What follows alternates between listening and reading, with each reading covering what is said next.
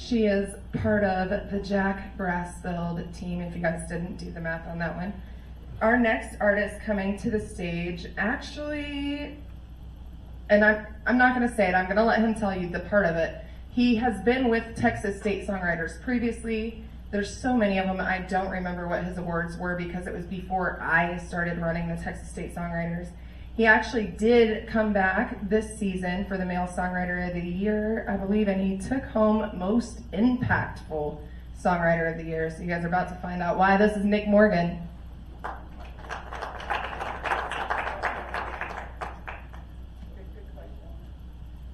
Good question. Try them both. It's a little short. I have one It bass sounds player odd. with that singer too. So got two How are y'all doing? My name's Nick Morgan. I have played a lot of shows on this street, but it's been a lot of years back that I did it. Right around 2001, I got the bright idea that I wanted to be the next Pat Green. This guy grew up. And I went and played with another Lubbock favorite guy by the name of Wes Nixon across the street at Hub City Brewery on a Wednesday night. And threw up about 5 times in the bathroom because I was so nervous to get up and sing in front of people. But somehow still got the bug anyways, and well, here we are. Took about a 10-year hiatus and decided it was a good idea to come back. Uh-oh.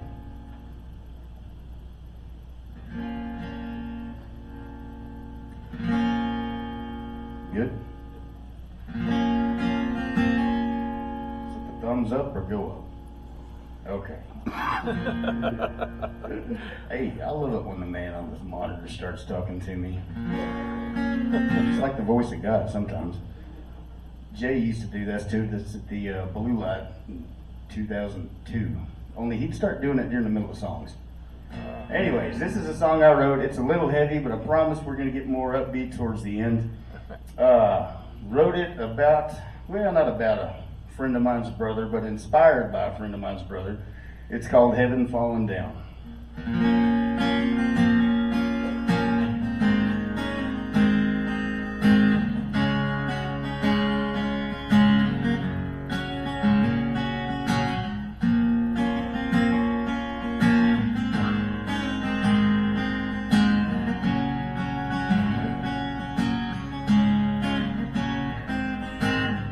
Curled up in the corner, empty bottle on the floor. Sitting on the kitchen counter, there's 1 or 2 more. The Queen of Hearts, she just left town in a U-Haul moving van. With her went all the king's horses and all the king's men. It's been weeks now, I've gone without rest. But the pills and liquor, yeah, they made me feel again. Got a little apartment, the house is up for rent. Because it ain't the home now that it had once been. Well, I hope you're doing good tonight, soaking up those dashboard lights, saying, baby, road you're on means happier days now that I'm gone. Hope that I can make you sing everything you are to me. And maybe when you look back on this sound, try not to notice my heaven falling down.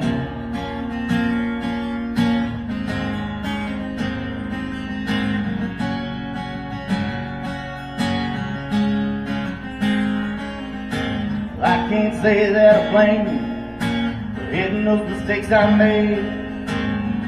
All those nights I made you worry and all your dreams that I delayed. So please take care of yourself, find my baby girl a happy home. Sorry I wasn't the man that you wanted for so long. Maybe I tried the 12-step program down at the Church of Christ. Or I could just ditch the friends that hooked me on this vice. Or I could try the pistol, make the cold steel my friend. Then this chapter of the story would finally have an end. Well, I hope you're doing good tonight, soaking up those dashboard lights, and maybe though you're wrong means happier days now that I'm gone. Hope that I can make you see everything you are to me, and maybe when you look back on this town, try not to notice heaven falling down. Oh,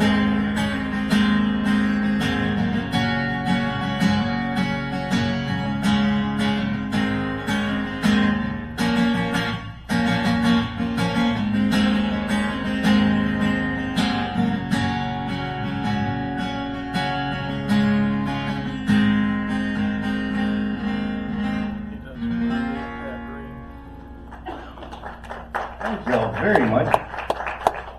Apparently I didn't raise this enough.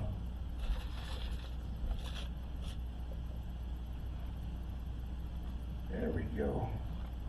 3? Okay, I got 2 more for you, don't worry. So anyways, yeah, back to my history of, I used to write a lot of drinking songs and a lot of love songs about girls that broke my heart. Wrote a couple of them on the patio at Tom's Daiquiri, making bad decisions before class, after class, when I should have been in class. We made some questionable choices on Buddy Holly Avenue and surrounding areas. Started writing a little different as I got older. You know, I just realized backstage a second ago whenever I heard that Ella, that last young lady talking, that I am more than old enough to be her dad. So yeah, I've been around for a minute. I took some time off. Writing grew a little bit. This next one is called Writing Me. It's one that I didn't ever actually intend to write or release. It was a kind of a writing exercise, brain dump, just putting stuff on the page, free writing, see what happened. And then a song materialized out of it, for better or worse. And I kind of sat on it for a while because I thought I knew what it was. And I was bothered by the fact that I thought I knew what it was. Played it for my ex-wife, and she said, "No, you've got to let people hear that." And you know, don't feel sorry for me on the ex-wife thing. She and I still get along great, so it was a good thing. But she is the one that encouraged me to put it out because she thought people needed to hear it. So anyways, this is called Writing Me.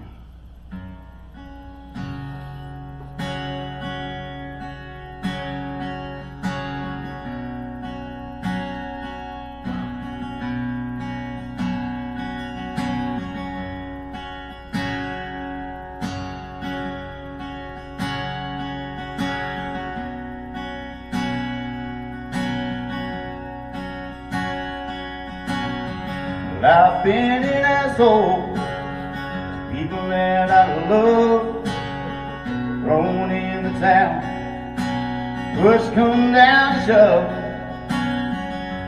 Been an outlaw in the stories some folks tell. Been an enemy, led to myself, trying to put those stories back upon my shelf. Well, forgive me for all the parts I played. Girl, I'm sorry we ended up this way. It ain't rainbow, burning bridges where none ought to be. I'm just out here writing me.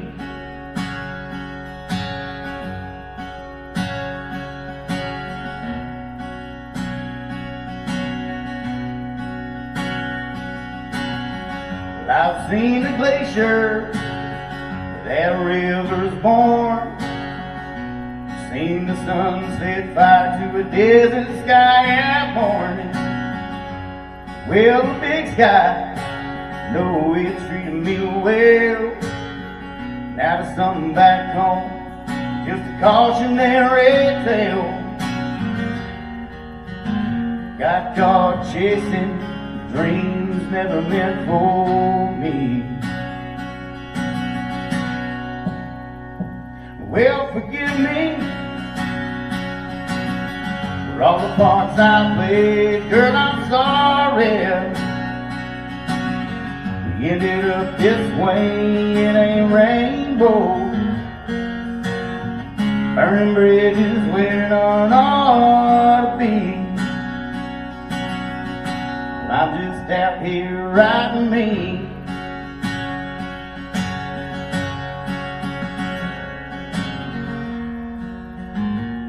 Chances are I'll fall in love again.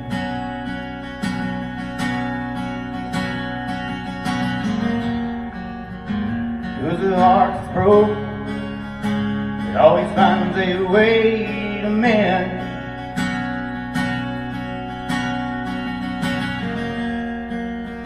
Well, I'll take the lessons of war,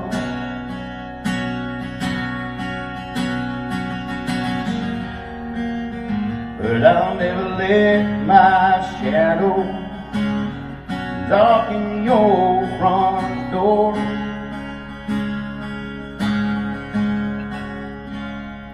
Well, forgive me for all the parts I played. Girl, I'm sorry you ended up this way in a rainbow, figuring out who in the hell I'm supposed to be. Well, I'm just out here writing me.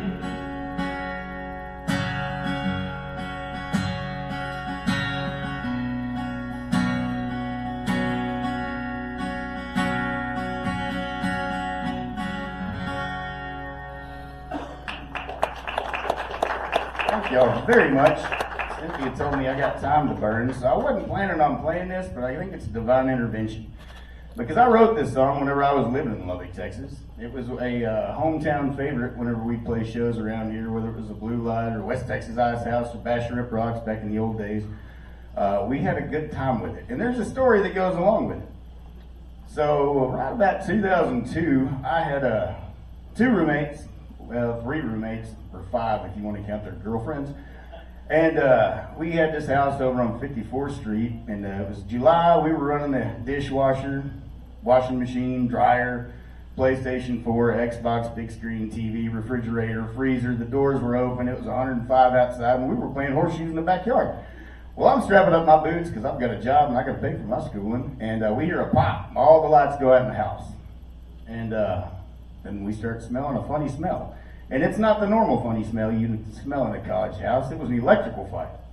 Our house had caught on fire, and we wound up being homeless for the next week to 10 days.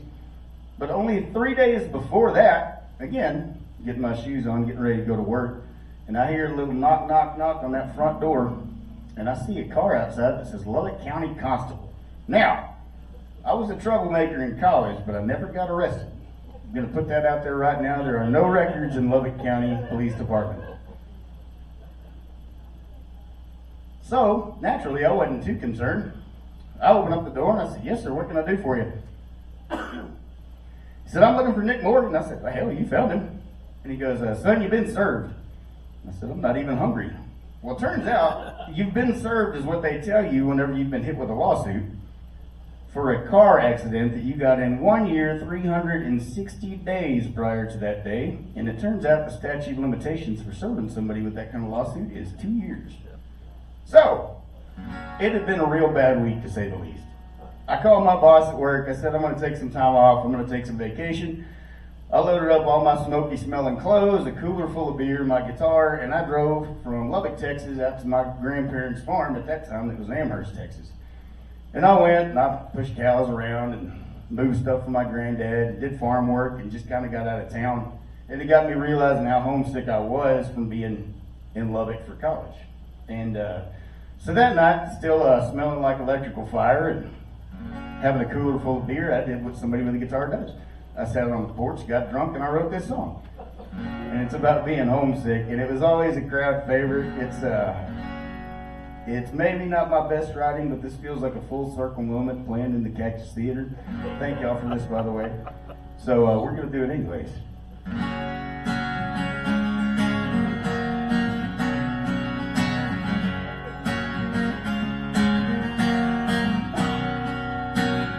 Remember Sunday evenings on Granddaddy's farm, sitting on the front porch, and looking at the stars.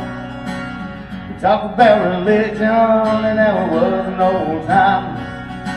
Small town politics over water, living fresh off the vine.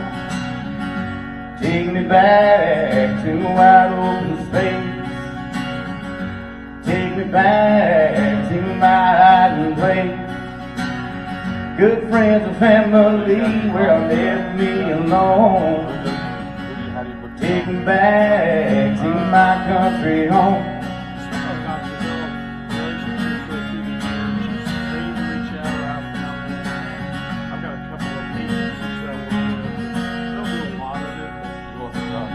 Before my graduation, my summer in the sun, all you had to worry about was living and having fun. Go out to the pasture, get drunk and carry on. There's an innocence to the ones we love, and when old George Strait's song. Take me back to a wide open space. Take me back to my hiding place. Good friends and family where I'll never be alone. Take me back to my country home.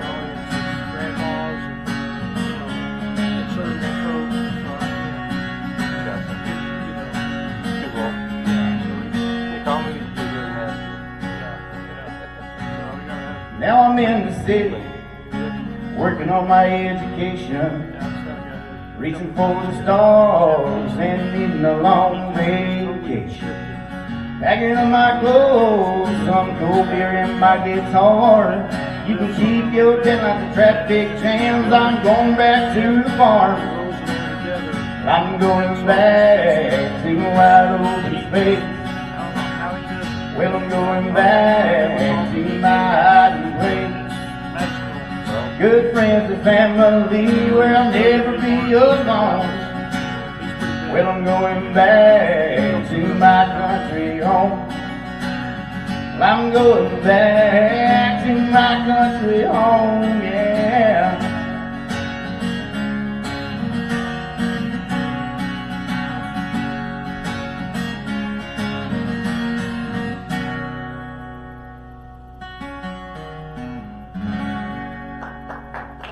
Thank y'all very much for hanging out and listening. I think there's a host supposed to walk out of that curtain. There she is.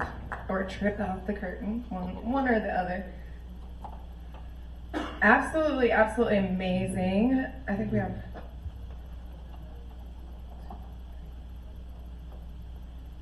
How long have you been performing?